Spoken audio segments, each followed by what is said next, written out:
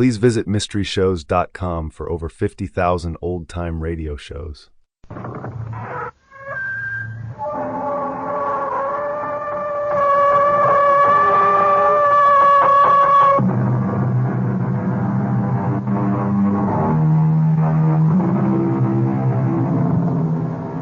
in. Welcome. I'm E.G. Marshall. Welcome to the sound of suspense. Welcome to the fear you can hear. But mostly to the world of terrifying imagination. In the next 52 minutes, you'll hear a story about a girl with a most unusual talent. A talent for finding lost dolls or dead bodies. You may not be glad you met Iris Lloyd, but we don't think you'll forget her. Aunt Faith! Aunt Faith! I'm here! I'm here! Come and find me! Where are you? Oh, my poor darling. Where are you? Help me! Help me! It's so dark, and I'm afraid.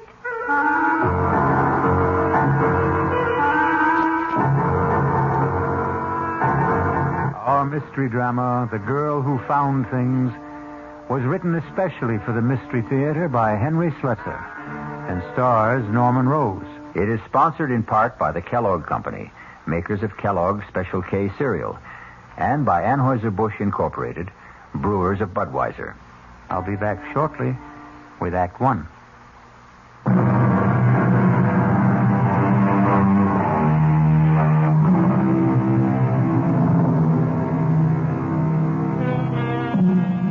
And now, Act One of The Girl Who Found Things. It begins serenely enough in the pleasant little town of Medvale, but with a woman who is preparing to leave it just as soon as her taxi arrives. Come in, Lucas. The door's open. Oh, for heaven's sakes, that man's dead. Oh, evening, Miss Wheeler. I hope I'm not too early. No, I'm all packed. You can take that trunk in the hallway first. Then I've got a few small suitcases, but they can go on the back seat with me. Yes, ma'am. That all you're taking to Europe? I sent the rest ahead to the ship. Well, go on, Lucas. Start loading that taxi. Yes, ma'am. Yeah, I was just wondering if there was something you wanted me to do in the house for closing it up, you know. It's all been done, Lucas. You sure you turned off the gas, electricity? How about the fireplace? I see you had a fire this morning. Are you sure it's good and cold? Oh, I suppose you could check it again just in case. Better safe than sorry, they say. Seems to me you've got a couple of embers burning there. Maybe I could put them out with a shovel. Please hurry, Lucas. Yes, ma'am. I'm going about this as fast as I can. You see, this isn't easy for me. What isn't? Lucas, for heaven's sakes, put the shovel back. You're tracking ashes all over the floor. Please, turn around, Miss Wheeler. Don't look at me. Lucas, are you crazy? I can't do this if you're looking at me. Lucas, put that down! I'm sorry, Miss Wheeler.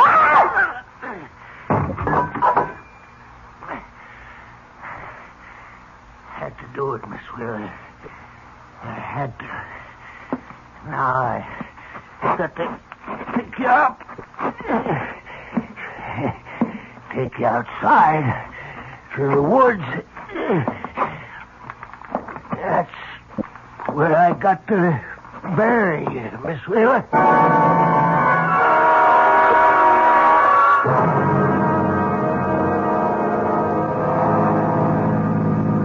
How much farther, David? We've been driving for hours. Almost there, darling. Just relax. Tell me more about your Aunt Faith. I don't really feel prepared to meet her. No one's ever fully prepared for Aunt Faith. I warn you that she's something of a character. Just waiting to be discovered by Monthly Digest. Well, anyway, after my mother died, she became less auntie and more motherly. That's why she was so upset when I got married and failed to do my filial duty. By bringing your bride home for approval. Something like that. I suppose she's going to resent me for being 2 years too late. So take my word for it. She'll be crazy about you. But remember what I said. She's an old gypsy. Don't be surprised if she drags out a crystal ball and starts predicting your future. Speaking of which, there's our future for the next few months straight ahead of us. The old homestead. David, is that you? It's us, Aunt Faith. Oh, David, my handsome boy. Hello, Auntie. Oh, I'm so glad to see you. It's wonderful seeing you. Aunt Faith, meet Rowena. Well, and it's about time. Hello, Mrs. Demarest. Nice to meet you at last. Oh, David, she's beautiful. Well, come inside. Come in. I've got a fire going. Let me take your coat, my dear. Oh, what a lovely fur. What is it, mink? Sable. I told Rowena she ought to wear the label on the outside so that people... Oh, well, I didn't know that you had company, Auntie. Oh, yes. David, this is Lieutenant Reese. Lieutenant, this is my nephew, David Wheeler, and his wife, Rowena. Ah, Lieutenant. That isn't a military title, is it? No, sir. I'm with the police. Oh, of course. Well, how do you do? I'm sorry we have to meet this way, but then I always seem to meet people when they're in trouble. Of course, I've known Mrs. Demarest for some time. Well, Lieutenant Reese has been a wonderful help with my charity work, David. And he's been such a comfort since this awful thing happened. Yes. Oh, well, it's been years since I was in this room. I'd appreciate it if you and I could have a word alone. Oh? Oh, Rowena, I'll tell you what. Why don't you and I go upstairs and I'll show you your room? Yes, that would be fun. I can even show you the room where David was born and his old nursery. Well, how long's it been since you left Medvale, Mr. Wheeler? Oh, maybe 10 years. I've been back here on visits, of course. Once when my father died 4 years ago. As you know, our family business is down south. Yes, I know. You and your sister... My half-sister. Yes, you and your half-sister, Geraldine. You were the only proprietors of the mill, weren't you? Mm-hmm, that's right. But you did most of the managing, I gather. When your parents died, Miss Wheeler kept the estate and you went to Virginia to manage the mill. That's how it was, right? That's how it was. Successfully, would you say? Lieutenant, I'm going to save you a great deal of time. Geraldine and I didn't get along. We saw as little of each other as we both could arrange, and that was very little. Thank you for being frank. I can even guess your next question, Lieutenant. You'd like to know when I saw Geraldine last. When did you? 3 months ago in Virginia, on her semi-annual visit to the mill. But you were in Medvale after that, weren't you? Well, yes, I came up to see Geraldine in March on a business matter. As my aunt may have told you, Geraldine refused to see me. What sort of business matter was it? I wanted Geraldine to approve a bank loan I wished to make to purchase new equipment. She was against it, wouldn't even discuss it. So I went home. And you never saw her again? Never. And in case you're wondering, Lieutenant, I have no idea where she is. No idea at all.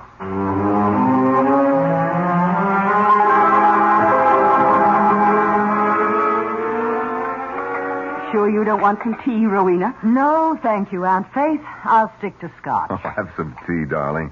Auntie wants to read your future in the leaves. Oh, I wish I could read the future. Or rather, the past. You're thinking about Geraldine. I simply can't understand what became of her, David. She was all set for that trip to Europe. Some of her bags were already on the ship. You remember Lucas, the taxi driver? Oh, yes, of course. Well, he came out here to pick her up, take her to the station, but she wasn't here. She wasn't anywhere. Well, I suppose the police checked all the usual sources. Hospital, morgues, everywhere. Lieutenant Reese said anything could have happened to her. She might have been robbed and murdered. She might have lost her memory. She might even have... Well, this I'd never believe, but Lieutenant Reese said she might have disappeared deliberately with some man. I know what happened to her. Do you? She just left. She just walked out of this big, gloomy house and this crawly little town. She was sick of living alone. David, I have an idea. about how we can find Geraldine. Really? I'm going to ask Iris Lloyd where Geraldine is. Ask who? Iris Lloyd. Now, don't tell me you've never heard of the child. For there was a story in the papers about her only 2 months ago, and heaven knows I've mentioned her in my letters a dozen times. I remember. She's the one who's psychic or something. Some sort of orphan? Yes, Iris is a ward of the state, a resident at the Medvale Home for Girls. I've been vice chairman of the place for donkey's years. That's how I know her. Well, she's 16, David, and absolutely uncanny. And what makes her such a phenomenon? She's a seer, David. A genuine clairvoyant. Oh, not a medium at 16. Oh, no. I suppose you could call her a finder. She seems to have the ability to find things that are lost. People, too. How does she do it? I'm not sure Iris knows herself. The gift hasn't made the poor child happy. Such talents rarely do. You know, one day, the home had a picnic at Crompton Lake. They discovered an 8-year-old named Dorothea was missing. They couldn't find her until Iris Lloyd began screaming. Screaming? These insights cause a great pain. But she was able to describe the place where Dorothea could be found, where the girl had sprained her ankle. Oh, you're right, Auntie, darling. I don't agree with you. Let's just leave the search to the police. David, I've arranged with the home for Iris to spend some time with us. Are you serious? You invited that girl here? Well, she has to become acquainted with Geraldine's aura. Don't you see? The aura that's still in this house. Well, I won't have it. I'm sorry, Auntie, but the whole thing's ridiculous. Oh, I knew you would object, David, but I'm afraid I have to insist.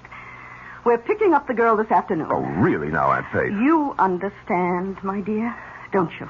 Yes, I understand, Mrs. Demarest. And I'm looking forward to meeting Iris Lloyd.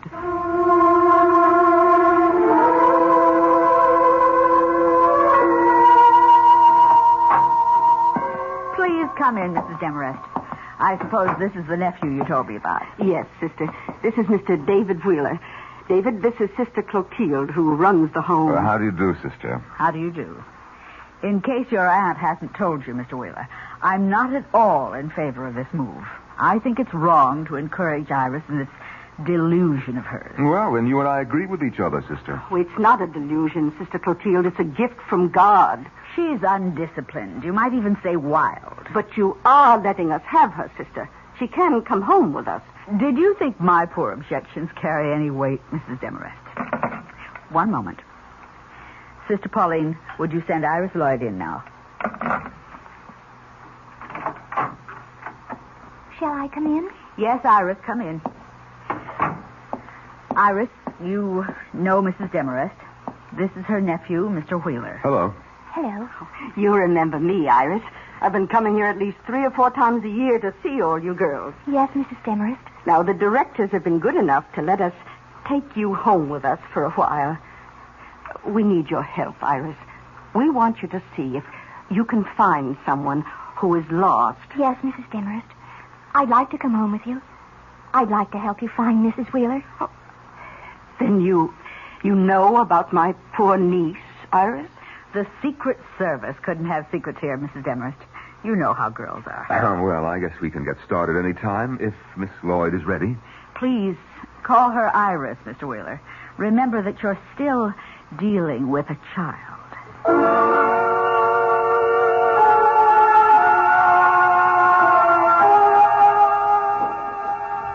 Iris, I hope you'll enjoy staying with us. I have a lovely room for you. I'm sure you'll like it.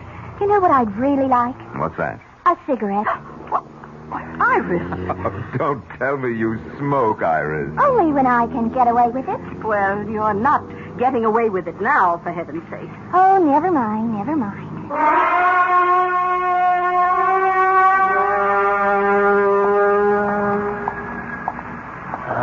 Hello there, Mr. Wheeler. Oh, Lucas. Well, how are you? How's the taxi business, Could I talk to you a minute, Mr. Wheeler? No, Lucas, I'm sorry. I've got to get these groceries home. We have company for dinner tonight. She's at your place, ain't she? That girl. What girl? That Iris Lloyd. The girl who finds things. I'm afraid of her, Mr. Wheeler.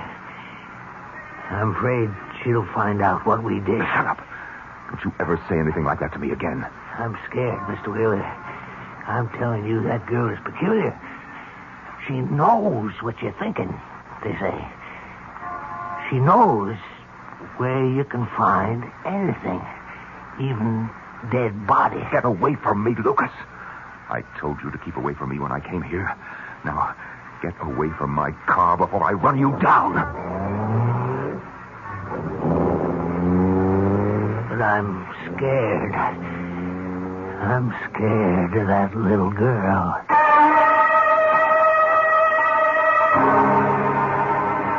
Lucas, the taxi driver, Lucas, the murderer, is scared. But David Wheeler seems to be frightened, too. And maybe we'll learn if the fright is justified when we return shortly with Act 2.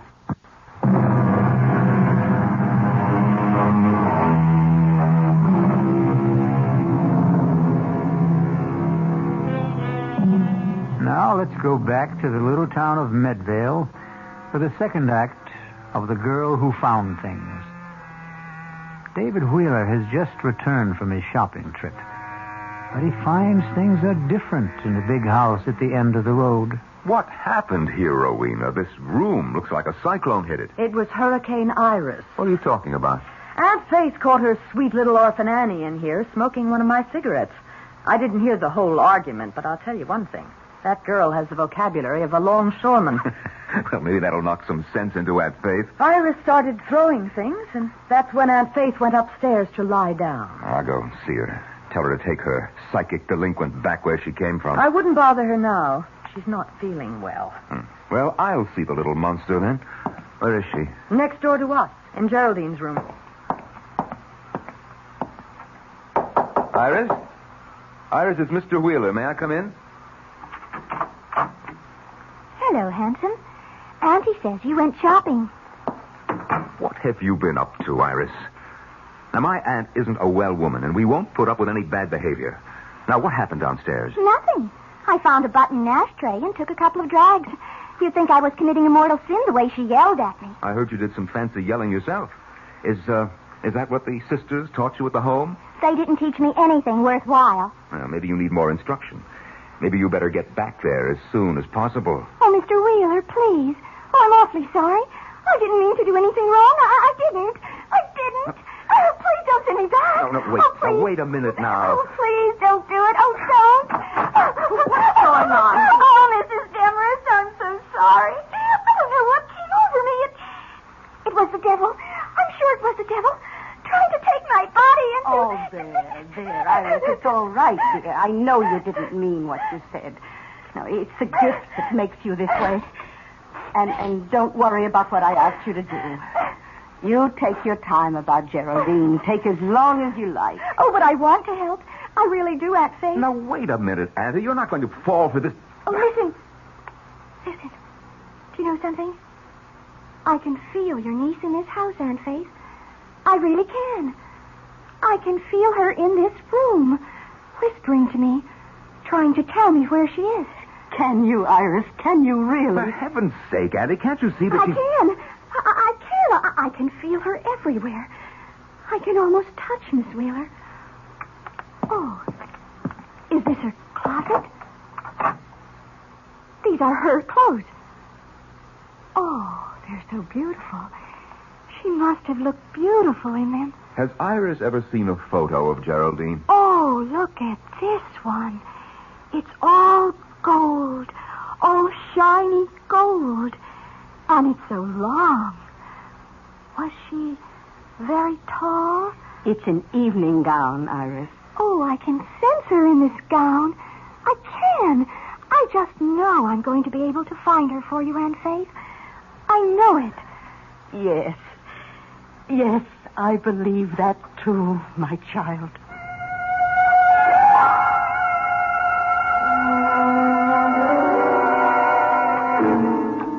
Won't you have some more of the beef, Rowena? No, thank you. And we'd better save some for Iris. Something tells me that little girl has a very big appetite. Well, I wish she'd come downstairs. I told her dinner would be served at 7:30. Would you like me to go upstairs and see if she's all right? No. I'm sure she'll be down in a moment. You've really forgiven her completely, haven't you? Of course. Oh, you don't understand psychic personality, David. It wasn't her swearing at me this afternoon. It was this demon which possesses her. The same spirit that gives her the gift of insight. David, your fork. Take a look at what's coming downstairs in a gold lame evening gown. For heaven's sake. Hello, everyone. Iris, whatever are you wearing? You go upstairs and get that dress off. You have no right to wear my sister's clothes. Take it off. Why should I? You heard me. Get that dress back in the closet. I won't. Aunt Faith. No, I won't take it off. You know what I told you? I have to wear your niece's clothes so I can feel her aura. You're going to feel my foot in about 5 seconds if you don't go upstairs. Now everybody in this house hates me. Iris, don't. No, please don't cry. Oh, David, you shouldn't talk that way to the poor girl. I won't stay here. I won't help you find your niece, that's all. You can't do anything of the kind, and you know it. Iris, listen to me. Yes. Iris, you remember those things you did at the home? The way you found things for Sister Therese? Yes. Do you think you could do something like that again, right now for us? I don't know. I could try. Would you let her try, David? I don't know what you mean. Now, I want you to hide something or name some object you've lost or misplaced, perhaps somewhere in this house. This is silly. It's a parlor game. The least you can do is try it. All right. How do we play this game of hide and seek? David, what about the cat?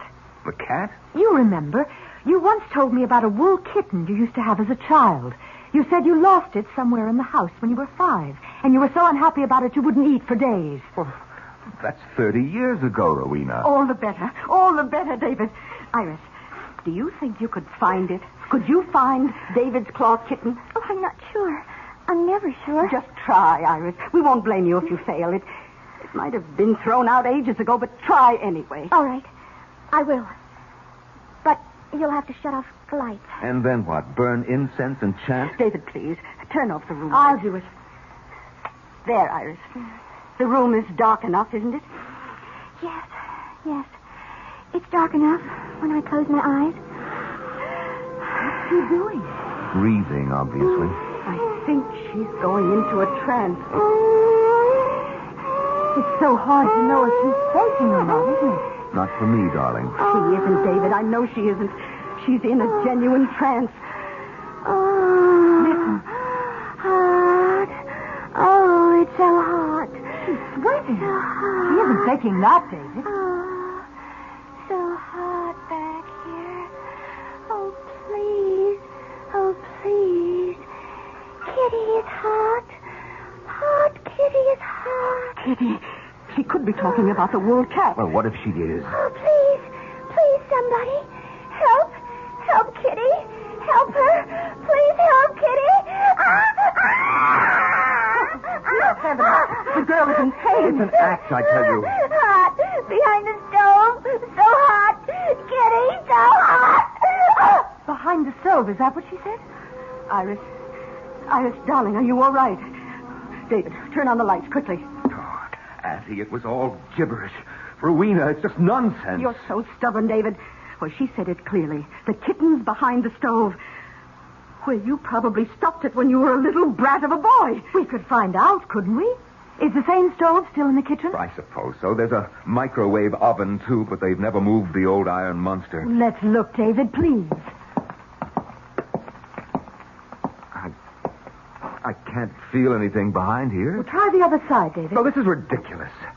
Look, my hands are getting filthy. Here, use this ladle. But it's no use, Rowena. It simply can't. It can't. David, what is it? Did you touch something? Huh?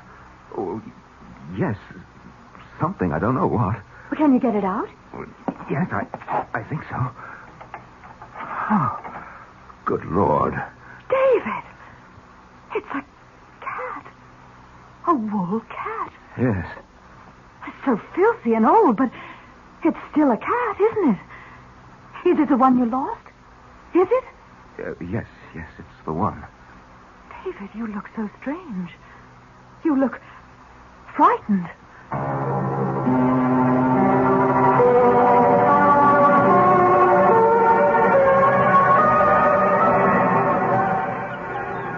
What are you doing here?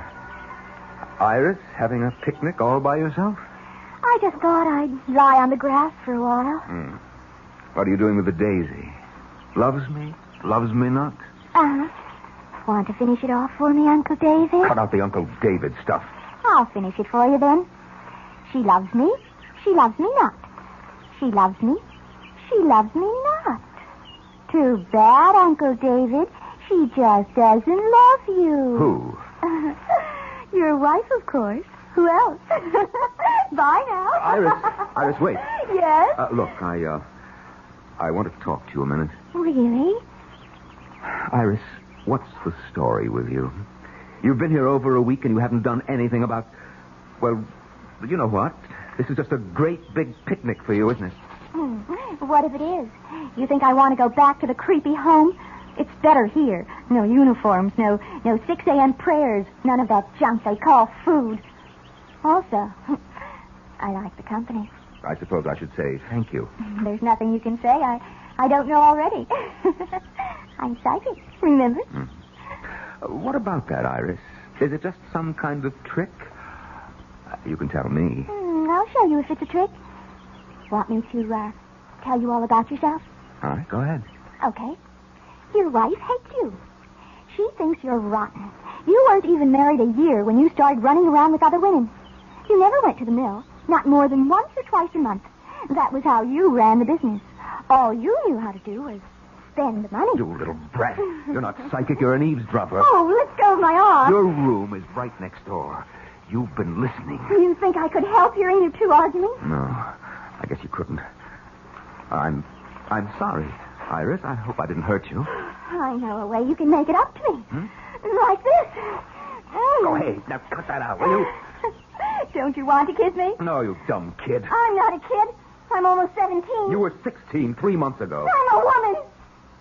But you're not even a man.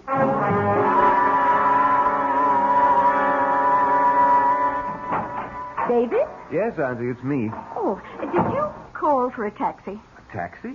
No, why? Should I? Oh, I don't know, but Lucas's cab is in the driveway. He said he was waiting for you. Lucas? Well, I'd better go and see what he wants. Dinner will be ready around 7, David.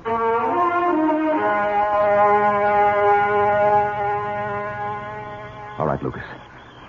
What are you doing here? I had to talk to you, Mr. Wheeler. I wanted you to know how it went. I did what you told me, exactly like I said. I hit her clean. She didn't hurt a bit. No blood. All right. I don't want to hear about it anymore, Lucas. I'm satisfied. And you should be, too. You got your money. Now forget about it. I picked up Miss Wheeler and I took her out in the woods as far as I could. I dug deep, Mr. Wheeler. I did a good job. I smoothed it over and spread them leaves so as nobody would guess it was there. Nobody except... Oh, so it's that girl you're still worried about. I heard awful funny things about her, Mr. Wheeler. About her finding things. Finding that little girl that fell near Crumpton Lake. Maybe she can see right into your sister's grave. Iris Lloyd won't find her. Nobody will. But she's right behind the house, Mr. Wheeler. She's so close. Right in the woods. You've got to forget it, Lucas. Like it never happened. My sister's disappeared, and she's not coming back. As for the girl, don't believe what you hear. Nobody can see into a grave, Lucas. Nobody.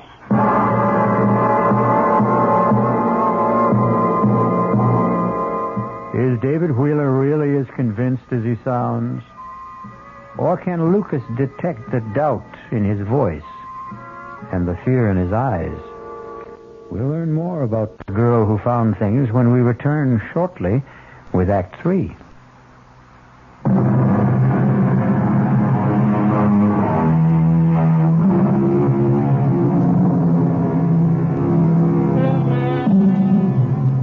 Now let's return to the Wheeler house in the town of Medvale. A house filled with people waiting for a psychic revelation from the girl who found things. But that revelation appears to be very slow in coming. That girl has been here for how long? 2 weeks, It seems like 2 months. and she hasn't done a thing but enjoy herself. David, what's the point of our staying on? You said you had some affairs to settle. You don't seem to be conducting any business at all. I haven't been in the mood for business. That's nothing very new, is it? How long are you going to keep that light on?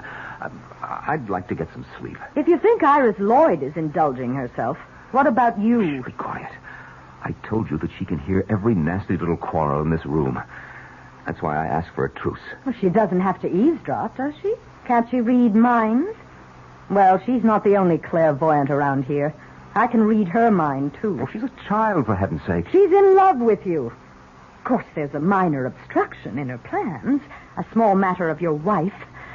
But then I've never been much of a hindrance to your romances, have I? I thought you agreed to that truce. You are a pacifist, David. That's part of your charm. That's why you came up here in March, wasn't it? To make peace with Geraldine. I came here on business. You came to keep Geraldine from sending you to prison. That was the business. You know nothing about it. I have eyes, David. I know you were taking money from the mill. Too much money. Geraldine knew it, too. How much time did she give you to make up the loss? All right. If you won't let me get some sleep here, I'll sleep in the library. David? David, is that you? Yes, Aunt Faith. What are you doing up? Oh, I heard a noise. Oh, well, it was me, probably. I was just going down to the library to find a book to read. No, it wasn't you. David, look. What? Oh, it's Iris. Yes, in her nightgown. What's she doing in the front hall, dressed like that? David, she's sleepwalking. What? Look at her eyes. David, we have to follow her. No, let her alone, Annie. You're not supposed to disturb a sleepwalker, are you? I've got to follow her. All right, I'll come with you. David, she's talking to herself. Can you hear her? What did I forget? What did I forget? Did you hear that? Did you hear what she said? Yes, but I don't understand it. Why doesn't the taxi get here? Why doesn't it get here? Taxi. She said something about a taxi, David. Yes, I heard her. Oh, we have to be going to the station. I'm so nervous. I'm always so nervous when I go on a trip. Please get my luggage.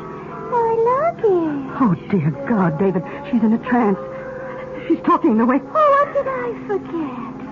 Gas, electricity, telephone. The fireplace. Is the fireplace cold? Oh, no! Not the fireplace! Not the fireplace! Oh, what does she mean? I don't know, but... Auntie, I think this is wrong. I think we should get her back to bed. No. Don't touch her, David. Don't. Look. She's heading for the back of the house. Come on. Yes, we've got to follow her. I think she means to go outside. We can't let her do that. Maybe it's important. Maybe it's something to do with Geraldine. Oh, don't be insane. She's just sleepwalking, that's all it is. Iris, wake up. David, don't. You mustn't. You want that girl to catch pneumonia? Iris. No! Iris. Don't! Please! Iris. Please don't! Iris, Don't. wake up. Don't! Oh, David, what have you done? You're not supposed to wake a sleepwalker. Everybody knows that. Let me go! Stop it. Oh, somebody! Stop it. Help me! Iris. Help me. Iris, it's only me, Iris. He's trying to kill me! He wants to kill me! No, darling. It's all right. It's only us. Wake up, I said. Wake up. Oh, you poor child. You poor baby. Oh, David, that was a cruel thing to do. And Faye. Yes. Iris, I'm here. Oh, are you all right? Oh, yes. Yes, I'm all right now. Oh, I was so frightened for you, dear. Yes, but I'm all right. I think that I'm ready. Ready? What do you mean, dear? I think I can do it now. I think I might be able to tell you. You mean where Geraldine is? Yes, I think I can. Oh, David, we've got to call Lieutenant Reese. Reese? At this hour? I told him I would call him whenever Iris thought she knew something. I promised him I'd call. But it's almost midnight, Auntie. He'll come. I know he will. I'll telephone him myself. You take Iris to her room. Yes, all right. Come on, Iris. Yes, Uncle David.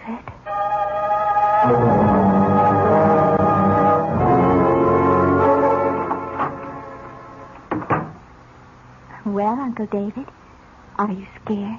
What are you talking about? You look scared. Scared of me? Shut up. I thought you would be. The minute you heard that I was ready. I'm sending you back. Iris, you're a fake. Even your sleepwalking act was a fake. Oh, David, you're so cute. You really are. But you know what? I don't have to be ready. I don't have to do anything at all when that policeman gets here. Not if you don't want me to. You don't know what you're talking about. You better kiss me now, David. You better kiss me and make it really good. All right. All right, if that's what you want. David! Oh, get out of here! I don't want you in my room. Rowena. You were right about the walls between these rooms, David. You can hear every little thing. I hate you. David hates you, too. Tell her, David. Why don't you tell her? Yes. Why don't you, David? It's the only thing you haven't done so far. David. Yes, Aunt Faith? Oh, I just spoke to Lieutenant Reese. He says he's on his way. What for? Oh, you are ready, Iris, aren't you? You're ready to tell us where Geraldine is. Yes. I'm ready to tell you, Aunt Faith. More than ready.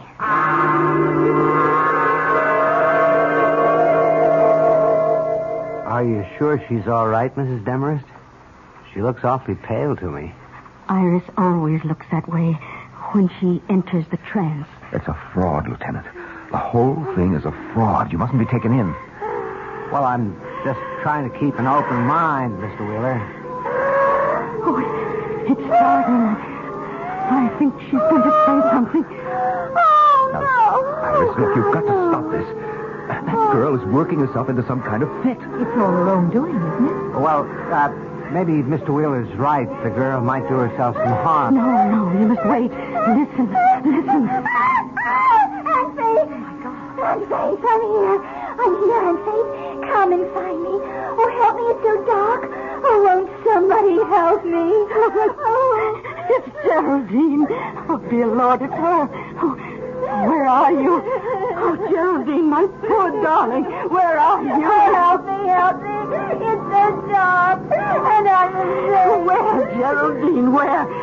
Tell us where you are. Someplace far away. A place with ships. The sun is shining. I saw hills and green trees. There are bells ringing in the street. She's out of her head completely. A place with ships, bells ringing in the streets. I see water. A bridge. Trolley cars in the street. Going up and down the hill. San Francisco. I'm sure she means San Francisco. Yes, it sounds like it. Iris, do you mean San Francisco? Is that where Geraldine is? Yes. That's where she is. Well, who knows? It's as good a guess as I've heard. Has Miss Wheeler ever been in San Francisco before? Never. Why would she go there? David? I really wouldn't know. But if that's where Iris says she is, I guess the spirits know what they're talking about. She's waking up. I want to go home. Oh, please, somebody take me home. To Sister Clotilda.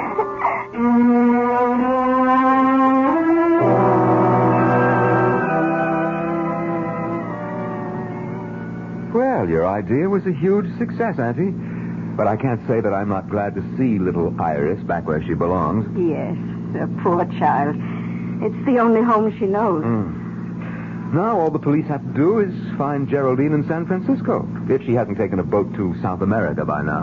I just don't understand it. It's not like Geraldine to run away without a word. Well, here we are, home again. Aren't you coming in, David? Oh, not just yet. I thought I'd go into town and pick up some champagne. I thought we'd celebrate a bit tonight.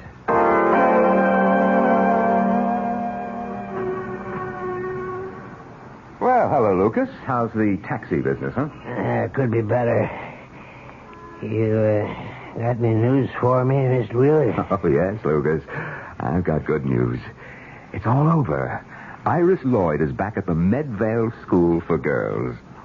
And she didn't know.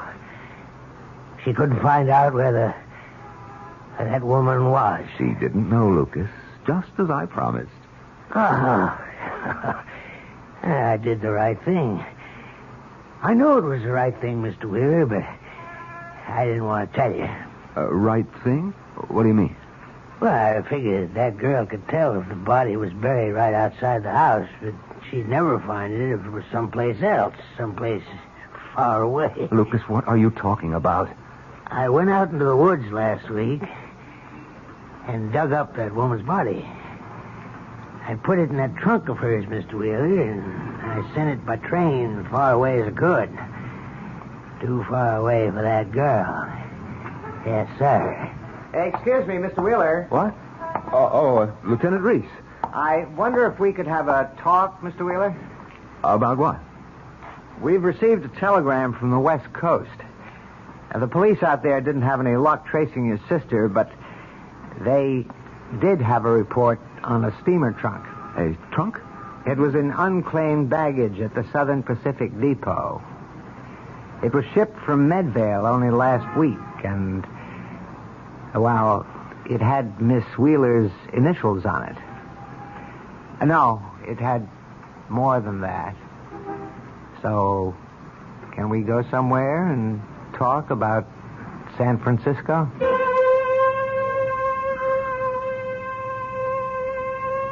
Well, Iris Lloyd is back in her own bed tonight, and her dreams will probably be peaceful. But David Wheeler is in for a nightmare that may last him for the rest of his life. I'll be back shortly.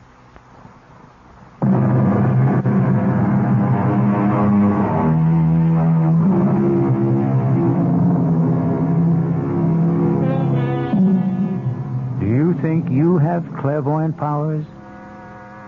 Have you ever had the experience of finding something that everyone else thought was lost? Actually, you've done exactly that. You found the magical world of radio drama. And now that you've made this find, we hope you'll come back for more suspenseful dramas to play inside the theater of your mind. Our cast included Norman Rose, Bryna Rayburn, Robert Dryden, Martha Greenhouse, Barbara Caruso, and Ann Costello. The entire production was under the direction of Hyman Brown. This is E.G. Marshall inviting you to return to our Mystery Theater for another adventure in the macabre. Until next time, pleasant dreams.